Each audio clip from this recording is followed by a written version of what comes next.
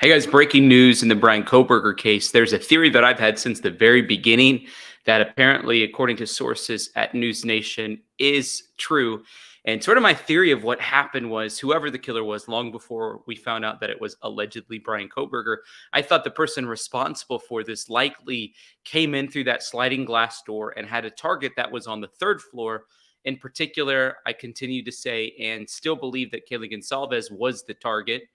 The source is now saying and confirming that the individuals on the third floor, Madison Mogen and Kaylee Gonsalves, were killed first. And that's what my theory was. Then the killer came down, I think, because Ethan and Xana heard racket, heard noise. Ethan thought, I really need to go and see what's going on.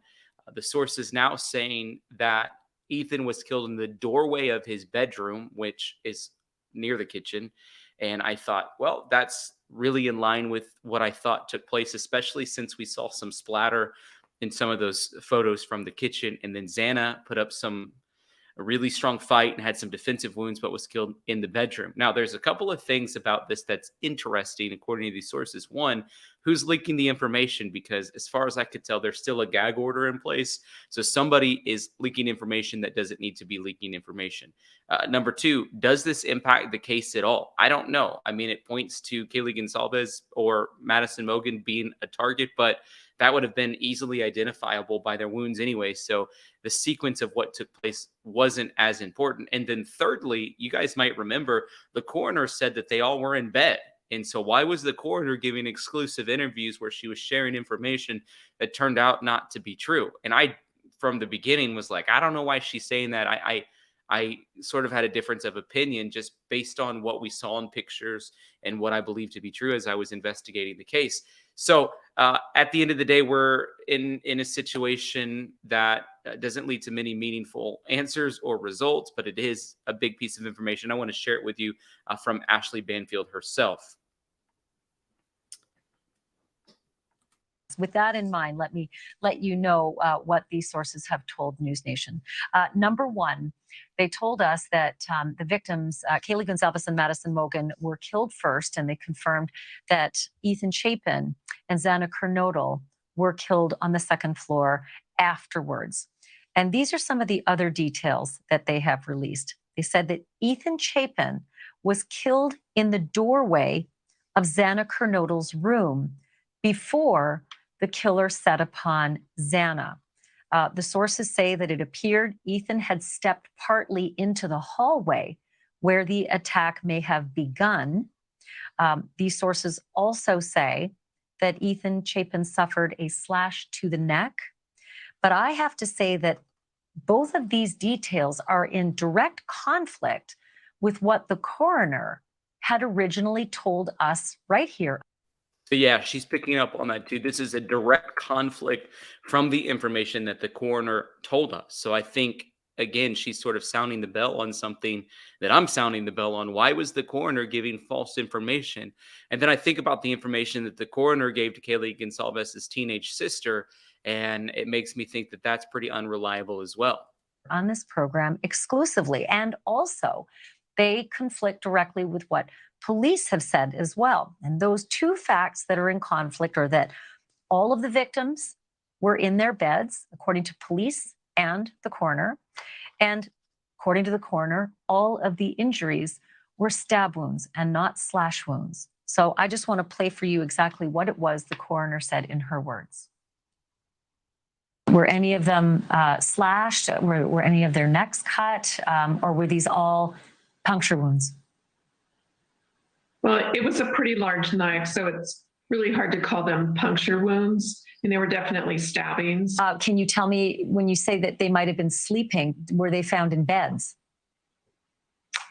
Yes. Yes.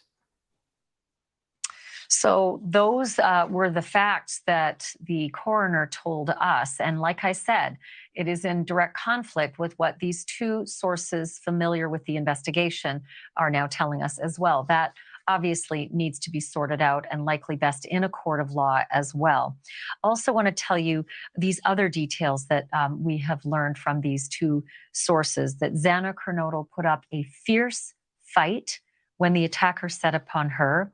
repeatedly grabbing the attacker's knife, so much so that she sustained deep cuts to her fingers and that her fingers were nearly severed. Now, that does actually work in comport with what Xana's father had reported to an Arizona. So if Xana was the fourth one killed, I've done some research. We've seen some experts talk about it. By the time that he would have been to the fourth person, he would have been really worn out. I mean, this is, according to Dale Carson, we had on the show, about 6 minutes of action. And so that'd be a really intense 6 minutes if he's not totally physically in shape. And I don't know if he is. And then by the time, even if you are totally in shape, get to your fourth person of brutal stabbings, adrenaline's running. He's a little bit more weak. I would assume that there was a pretty big fight between him and Ethan as well, and so that sort of took some of his energy. It's heartbreaking to hear what happened with Xana. My goodness, that is heartbreaking.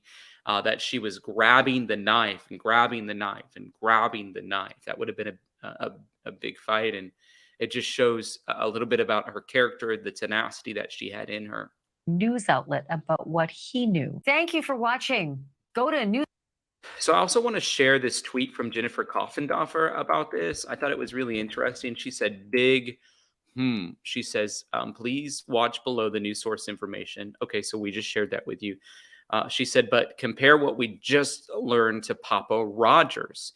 She said, I realize Papa Rogers' schematic isn't perfect and affidavit is somewhat contrary to the source info, but what if Xana and Ethan move? She said, I know this Papa Rogers says, I know this won't be popular, but this is where I think the victims were found. So third floor, Kaylee and Maddie in the same room. Okay. That was turned out to be accurate.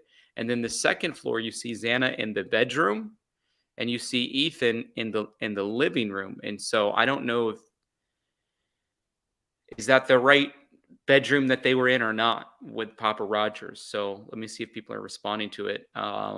Mystery says, guess it's possible that he thought he had killed Ethan in the hallway, that he eventually would move to the bedroom. My only thought is, wouldn't DM have saw Ethan blood in the area after she opened the door? Well, it was a night. So maybe both the probable cause affidavit and the source are right. The probable cause affidavit is written from the point of view of a guy that arrived to the scene at 4 p.m.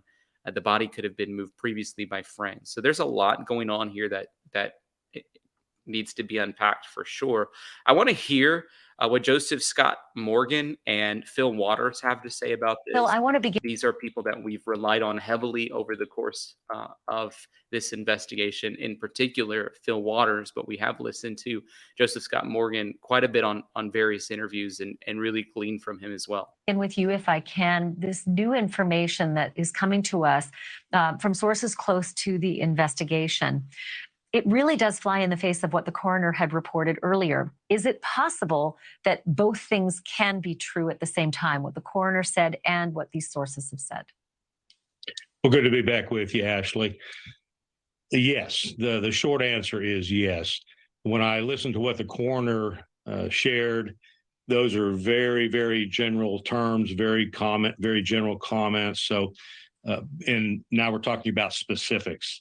So yes, in the big picture of things, both of those statements are going to be accurate.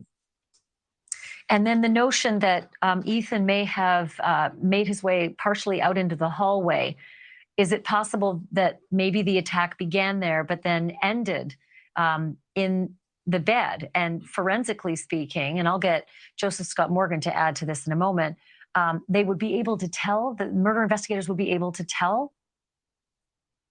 I think so. I had talked about this before, that it's certainly possible that the evildoer, I will not say his name, did not know about Ethan being present in the house. So he is going to be kind of like a Ron Goldman, Nicole Brown situation, where he is collateral damage. He has to address the fact that he has an unknown present in front of him. So I don't think that he is, when he gets to Ethan and makes that attack, it is certainly possible that he falls back into the bedroom, onto the bed, and then Xana at that point understands that there's something going on. She may already be awake, as Ethan is, and then once he has taken care of Ethan, then he goes after Xana and she is awake and aware, which gives her the ability. I mean, that makes perfect sense to me. I mean, that's pretty much what I thought's happened the entire course of this case. I mean, it's basically the play-by-play of what I've laid out. To put up a heck of a fight. And unfortunately, of course, it turned out the way it did. So I would say that if the information that you've received is correct, is accurate, that it certainly falls in line with what we were told in very general terms at the beginning of this, and then what the evidence, as far as I was concerned, had led me to speculate on. So yes. So Joseph Scott Morgan, I was trying to be as tender as possible with the coroner in asking the nature of this is before we ever knew anything about the nature of the stabbings. And I asked if any of the victims had been slashed. And she seemed to be very clear that these were all stab wounds. But these sources are saying that, Ethan had been slashed, that his neck had been slashed, and that was the original injury he received. I guess the same question for you. Can those two things still be true? Can a coroner consider a slash a stab?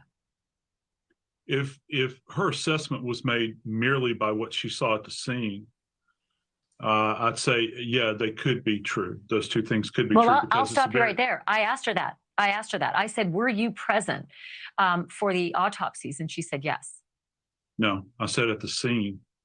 If she made that assessment at the scene, just to be very blunt with you, these injuries are going to be encrusted with blood.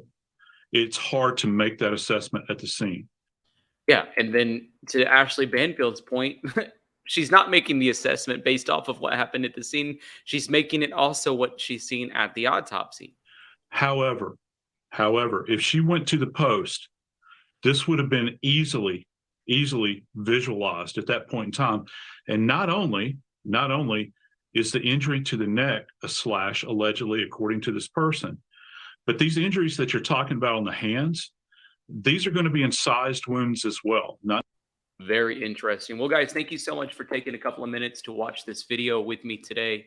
I want to tell you about a brand new app that I'm a part of. I'm going to leave a pinned comment in the comment section of this video. If you click on that link and you download that app and you follow me, you're automatically entered to win $250. We're going to be giving away that $250 this week. And so I'm really excited about it. My name on there is just Tyler Feller, and it's an amazing new app. It's a video content app, but they're putting an emphasis also on true crime. And some of my favorite true crime creators are already on the app creating daily content. I'm on there creating content, and I'd love for you to follow me and join the journey. It's a really fun app. So we want to give somebody $250. Hey, thank you so much for watching this video. Don't forget to be in prayer for the victims' families and for people who are having to process this information. Thank you for being on the show today.